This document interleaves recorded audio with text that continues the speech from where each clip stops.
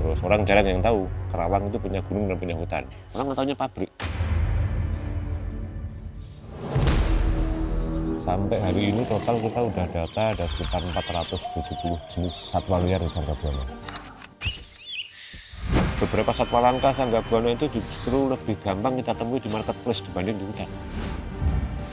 Masih ada juga yang babat hutan juga. Mungkin lebih dari 60% titik-titik mata air itu ketika musim kemarau kering, nggak ada airnya. Kan yang rusak sebenarnya kan hanya beberapa orang saja, efeknya buat sekampung. Lalu kita kemudian bikin pembibitan. Dan kita kerja sendiri di sini, teman-teman ranger, paling hanya berapa, ranger kita hanya 10 untuk ngurusin 16.500 hektar hutan.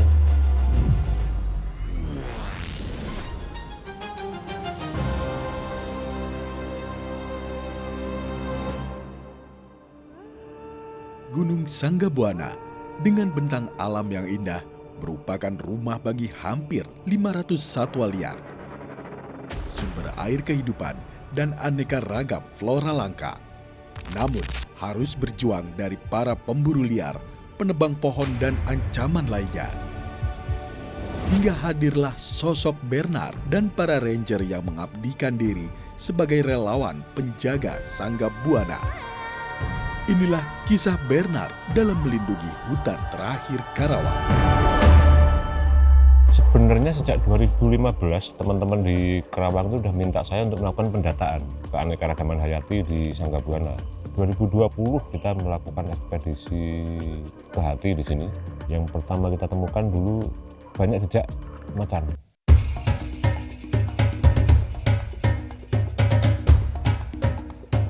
Baru di situ kita nemu ada 5 jenis primata, terus cakaran karnivora besar itu banyak, elang Jawa.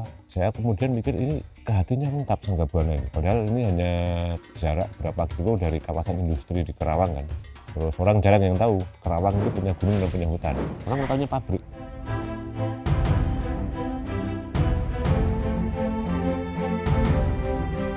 Siapa sangka ternyata hutan Sangga Buana kaya akan flora langka hingga rempah-rempah seperti ketumbar Jawa atau Java coriander. Baunya kayak walang panik ya. Ketumbar Jawa, cuma orang sini masih sering ngomong ketumbar Belanda. Di Thailand ini dipakai untuk bumbu tom yum. Di Indonesia karena nggak ada yang tahu jadi diganti pakai daun ketumbar biasa. Tapi yang asli adalah ini, daun ketumbar Belanda atau ketumbar Jawa, Javan coriander. Di Sangga Buana masih banyak, sebenarnya hampir di seluruh Pulau Jawa, ketinggian 400 ke atas masih banyak.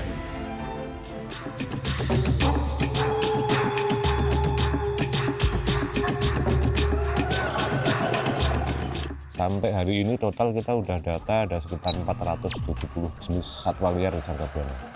Saya pikir ini nggak boleh ditinggal. Dulu hasil pendataan udah kami serahkan ke teman-teman Kerawang, mereka minta harus ada yang memanage teman-teman ranger di sini. 2021 kemudian teman-teman yang jadi relawan kita diklat. Ranger Sangga Buana terlatih untuk memahami ilmu konservasi seperti survival SAR, navigasi darat, hingga biologi kehutanan.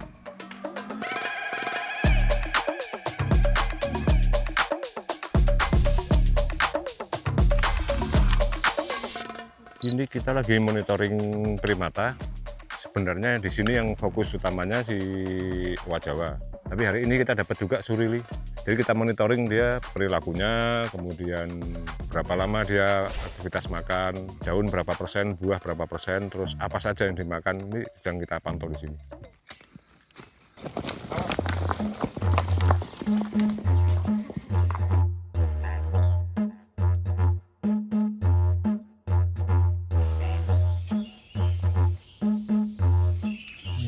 Ini kan bikinnya gini.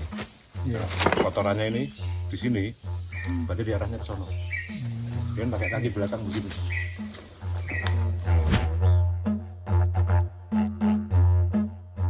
Mungkin satu-satunya di sini ada pengamatan karnivora besar ya, pengamatan macan gitu ya. Wisatawan datang biasanya mereka nanti kita ajak ke jalur macan, kita kenalkan dengan jejak-jejak macan seperti apa, perilaku macan. Mereka pasang kamera trap di sini atau mocet secara langsung.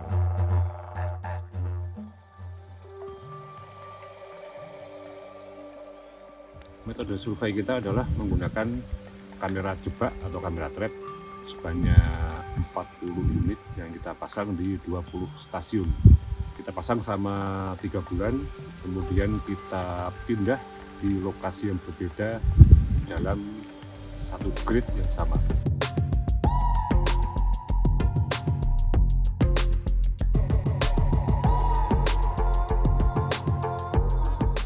Kalau Medan harusnya mereka biasa lah, buat mereka kan refreshing gitu kan. Harus nyebrang sungai, manjat tebing, kalau buat mereka biasa aja sih, mereka malah seneng.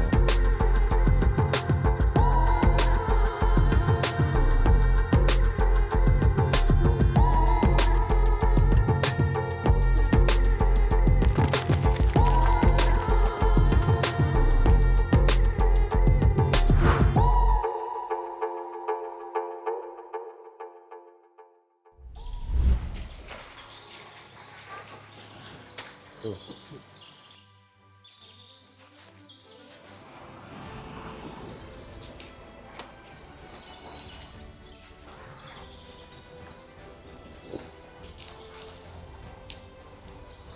Lu bisa nggak, men? Jatuh lagi ntar lu, biasaan lu. Lu kalau jatuh kan gue yang repot, gotongnya ntar. Kram lu ya? Kram.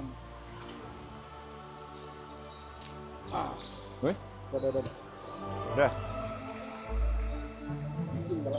Kita sebaiknya pakai sepatu trekking ya, jangan pakai sepatu cat atau sendal.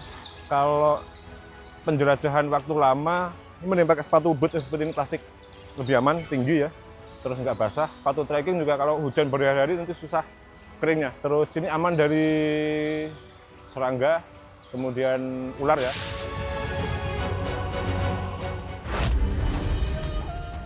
Hampir tiap tahun banyak pemburu masuk. Beberapa satwa langka Sanggabuana itu justru lebih gampang kita temui di marketplace dibanding di hutan. Selama mereka lapar, ya hutan akan rusak.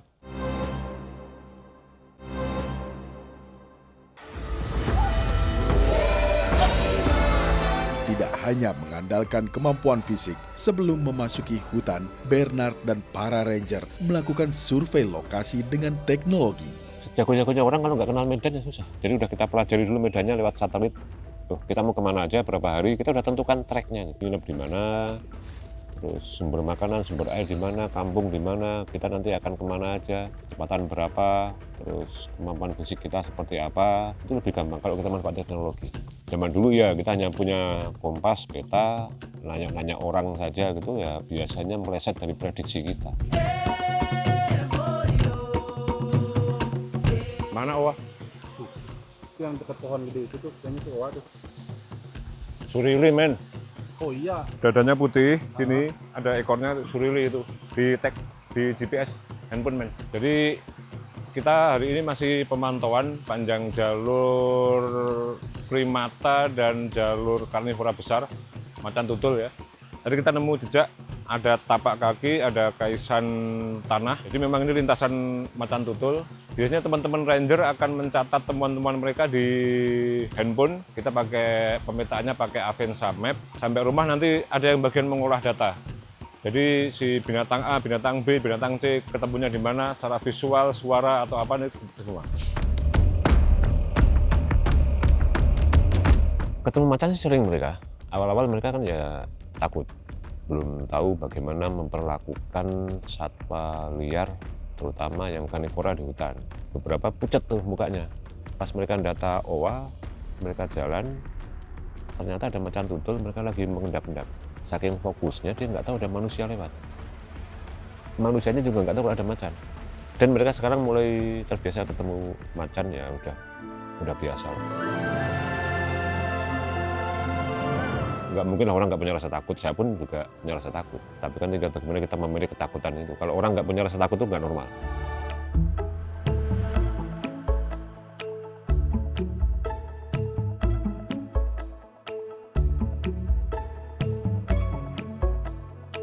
Terus banyak hal-hal baru yang kita temukan di sini. Sanggabuana, perilaku satwa segala macam. Nah, ini kan sebenarnya sumber-sumber ilmu baru yang harus dipelajari, terutama untuk anak-anak kehutanan, biologi segala macam. Dulu kan kalau orang tua kita selalu ngomong kalau ke hutan bikin api, karena binatang buas, macan takut sama api. Di sini enggak, macan malah pada datang. Kita bikin api unggun itu. Tiap hari deket tenda kita itu masih ada jejak-jejak macan gitu. Siang kita hapus, besok pagi ada lagi, terus kita pasang kamera trap kan jarak 100 meter. Ketika kita bikin api mereka datang. Tapi dalam jarak tertentu aja, paling 20-30 meter dia mantau balik lagi.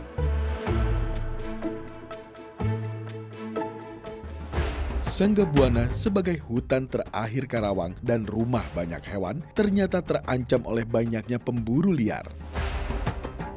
Ini dari rekaman video kamera trap yang kita ambil, hampir tiap tahun banyak pemburu masuk bawa anjing, bawa senjata segala macam, banyak sekali. Termasuk perburuan primata.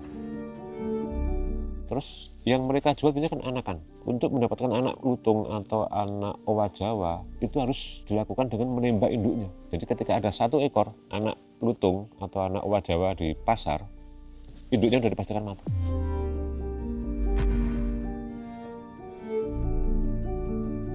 Yang kasihan itu kan misalnya owa, dia kan monogami ya. Kalau pejantannya atau betinanya mati, ya dia susah lagi nanti nyari jodohnya.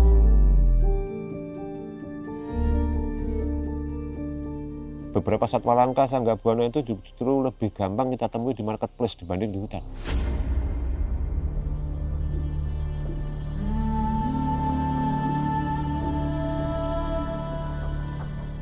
Beberapa kita proses hukum akhirnya. Kita lapor ke unit Tipiter karena domisili di Bogor, ya kita ke Polres Bogor. Terus satu pemburu, hasil penyelidikan kita memang 3 tahun dia, pedagang primata dari Sanggabuana. Ada owa, lutung, segala macam. Pas kita OTT bareng Polres Bogor ya 30 lebih ada satwa dilindungi di rumahnya dia.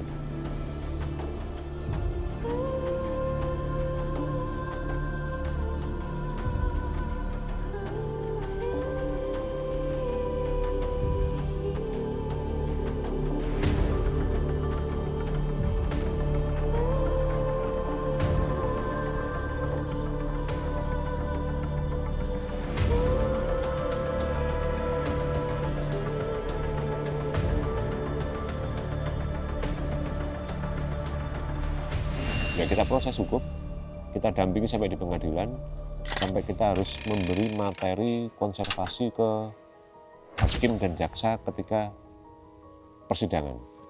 Hakim sempat nanya, ini manusia ini kenapa harus saya hukum sampai beberapa tahun cuma gara-gara dia jualan monyet. Dan banyak penegak hukum yang mereka tidak belajar konservasi. Jadi kita harus kasih ke materi ke mereka, kita edukasi hakim dan jaksa, termasuk ke teman-teman penyidik, terutama di undang-undang yang baru sekarang kan belum banyak penegak hukum yang mempelajari Undang-Undang 32 2024 itu. Sekarang sanksi pidananya lebih tinggi loh. Berkat Bernard dan para ranger Sanggabuana, banyak pihak yang tersadarkan akan pentingnya menjaga satwa liar yang dilindungi. Satwa dilepaskan, kita cek dulu kalau masih sehat, baru ditangkap, langsung kita lepas liarkan di hutan. Sakit, baru kita bawa ke BKSDA, kita arahkan untuk direhabilitasi, dikarantina, segala macam. Meski sudah dilarang dalam undang-undang, apa sebenarnya yang membuat para pemburu ini tega memburu, menyimpan, bahkan memperdagangkan hewan-hewan ini? Akar permasalahannya kan masalah perut. Makanya di sini kan kita juga nggak banyak ngomong juga. Ya kita ajarin mereka bagaimana memanfaatkan hutan secara cerdas lah. Jadi kita nggak usah ngomong macam-macam ilmu yang bikin mereka pusing lah. Mereka pusing karena perut mereka lapar. Selama mereka lapar ya hutan akan rusak. Intinya kan itu. Selama anak mereka nggak bisa sekolah ya hutan akan rusak. Bagaimana kita cari pengganti manfaat ekonomi dari hutan ke mereka tanpa mereka merusak misalnya. Ya kita kemudian gandeng teman-teman CSR misalnya. Kita tanya dulu aja, lu punya utang karbon berapa? Pabrik lu. Lu ganti dong ke Sanggabuana nanam. Tapi nggak boleh hanya nanam hit and run, tanam tinggal untuk kepentingan jejaring sosial nggak boleh.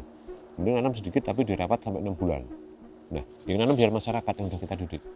Jadi masyarakat nanam, melakukan perawatan dan monitoring 6 bulan sampai tanamannya bisa survive, kemudian dibayar oleh teman-teman CSR ini. Ya udah, mereka kan punya penghasilan bulanan misalnya. Kemudian dapat duit lagi dia sebagai guide, sebagai porter, ngangkut kamera segala macam. Pendapatan mereka lebih tinggi sebenarnya daripada dia nebang pohon atau jual anak burung. Resikonya ditangkap di penjara kan. Ada beberapa yang udah kita penjarain juga kan. Lu nekat, kita proses hukum, lu ikut, lu dapat manfaat ekonomi.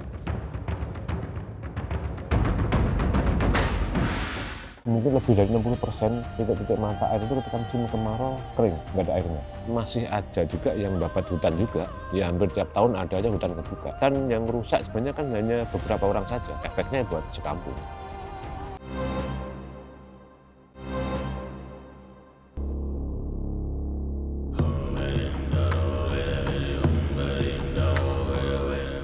Kita sempat data ada hampir 400 titik mata air di Sanggabuana. Dulu kita udah pede aja bawa air dikit. Ternyata 60, mungkin lebih dari 60% titik-titik mata air itu ketika musim kemarau kering, nggak ada airnya. Berarti hutan ini nggak beres. Banyak alih fungsi lahan juga di tengah hutan. Ada pernah kita nemu lah hutan udah habis ditebang. Ya untuk perkebunan, kalau kita lihat dari luar ya memang hutannya lebat, di tengah itu udah banyak yang rusak. Jadi memang perlu kita kembalikan fungsinya. Baru kita kemudian bikin pembibitan. Kita nanam pun tidak asal nanam, karena kita tertib. Misalnya ini kawasan konservasi tidak boleh memasukkan tanaman dari luar, kita bikin kajian dulu. Jadi kita tanam sumber pakan alami satwa yang ada, terus kita tanam tanaman-tanaman yang menjadi sumber air untuk merehabilitasi mata air yang ada. Jadi yang di Jakarta nggak ada urusan dengan Sanggabuana, ngapain kita misalnya nanam di sana. Kalian minum air dari Sanggabuana juga loh, dari Jatiluhur. PAM itu sumber air bakunya dari sini.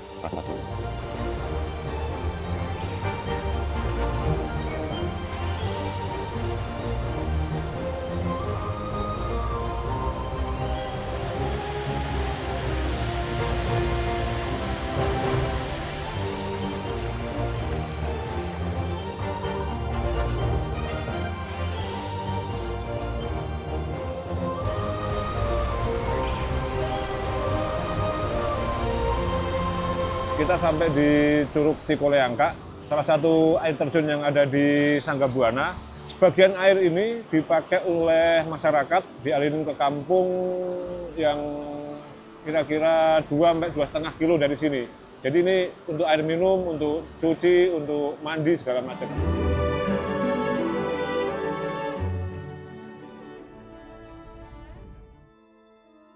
Masih ada juga yang babat hutan juga. Ya hampir tiap tahun ada aja hutan kebuka. Ya harus sering kita edukasi. Tapi beberapa memang harus kita proses hukum juga kelihatannya untuk efek jerah. 4 tahun sekali banjir, ada longsor. Ya. Yang nanam di hutan yang rusak sebenarnya kan hanya beberapa orang saja. Efeknya buat sekampung.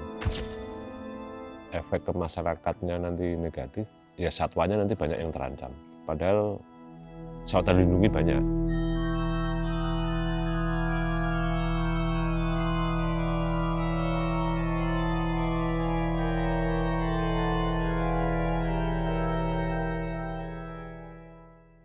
Kita baru mulai rehabilitasi hutan itu 2021 dan kita kerja sendiri di sini teman-teman ranger. Paling hanya berapa ranger kita hanya 10 untuk ngurusin 16.500 hektar hutan dengan biaya sendiri dari tabungan pribadi teman-teman patungan. 2023 mulai kita ada bantuan lah dari Kostrad, waktu Pangkostradnya Pak Dudung kemudian Pak Maruli, ya mulai mereka mengirim pasukannya untuk ikut terlibat dalam kegiatan konservasi.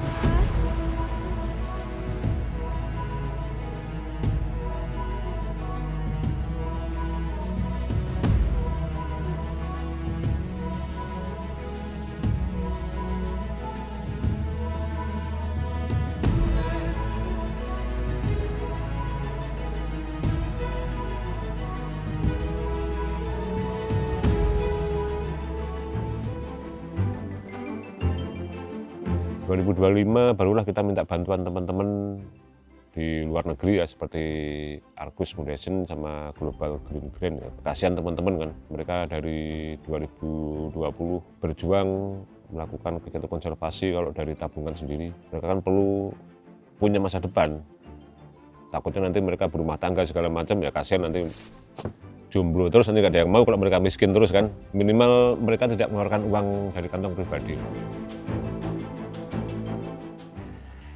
Seharusnya sudah dilakukan perubahan fungsi kawasan jadi kawasan konservasi atau apapun itu ya supaya ada perlindungan lebih maksimal di hutan.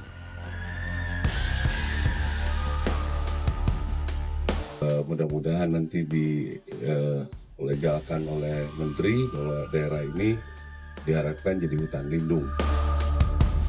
Kita sudah bikin kajian usulan perubahan fungsi kawasan hutan secara parsial, sudah kita kirim ke gubernur, kita sudah sosialisasi ke 4 kabupaten, ke Perhutani, termasuk ke kementerian. Untungnya gubernur yang sekarang kan ya sering ikut ke Sanggabuana ya, dari sebelum jadi gubernur.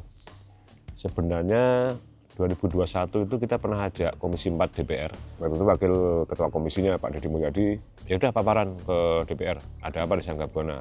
Waktu kita balik paparannya di tengah hutan aja, jadi sama Pak Deddy, sama kementerian datang ke hutan, ya belum sempat kita paparan, dia udah lihat sendirilah, banyak elang, banyak primata. Orang tuh jarang yang memperhatikan hutan, jarang yang memperhatikan lingkungan. Semua orang hari ini ngomongnya duit. Ngomong ke leuweung mah da moal menang duit dari mulia dia capek-capek gitu loh. Tapi urusannya bukan itu, bahwa kekayaan alam yang terbesar kita ini adalah hutan. Tapi minimal sekarang dari pemerintah kabupaten, pemerintah provinsi, termasuk pemerintah pusat, termasuk masyarakat, perspektif mereka terhadap hutan sudah mulai berubah. Itu dulu saja. Nanti saya ngabisin duit tabungan pribadi, nanti jual mobil, jual rumah buat benerin hutan misalnya ya. Hutannya bagus, tapi kalau perspektif masyarakat dan pemerintah tidak berubah, pola pandang mereka ke Sanggabuana belum berubah, ya percuma akan rusak lagi. Perjuangan Bernard dan para ranger Sanggabuana untuk menjaga hutan ini pun tidak sia-sia dengan mulai banyaknya kesadaran masyarakat akan pentingnya menjaga hutan terakhir Karawang ini. Mulai banyak masyarakat yang peduli ke Sanggabuana, mulai termasuk kepala desa di pinggiran hutan itu mereka mulai mengedukasi masyarakat. Perhutani responnya juga bagus. Ini kan masih hutan punya perhutani kan, pengelolanya, mensupport kegiatan kita juga. 2021 sudah ada MOU antara Komisi 4 DPR dan Menteri LHK persetujuan terkait perubahan fungsi kawasan hutan Sanggabuana menjadi kawasan konservasi. Tahun ini sudah diproses secara administrasi juga ke kementerian, sudah ada persetujuan secara prinsip ya. Hanya bentuknya apa nanti kita belum tahu, apakah kawasan pelestarian alam atau kawasan suaka alam. Tapi idealnya kawasan pelestarian alam antara tahura atau areal preservasi. Jadi biar bisa kita rehabilitasi dulu, kita kembalikan fungsi hutannya. Makanya paling enggak kita perlu waktu 15-20 tahun untuk kita kembalikan fungsi hutannya, kita rehabilitasi, baru terserah nanti. Kalau mau dijadikan kawasan pelestarian alam, apa mau taman nasional atau tahura atau apapun itu. Tapi minimal ada perubahan dulu, perubahan fungsi kawasan hutan.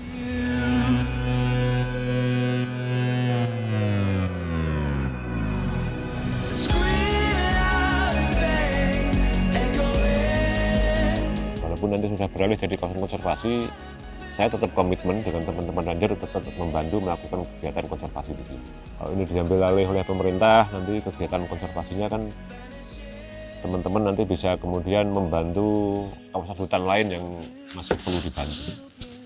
Saya komitmen membantu benahin konservasi ya di Indonesia, bukan hanya di Sanggabuana. Ya selama kita berbuat baik ya pasti alam berbuat baik juga untuk kita.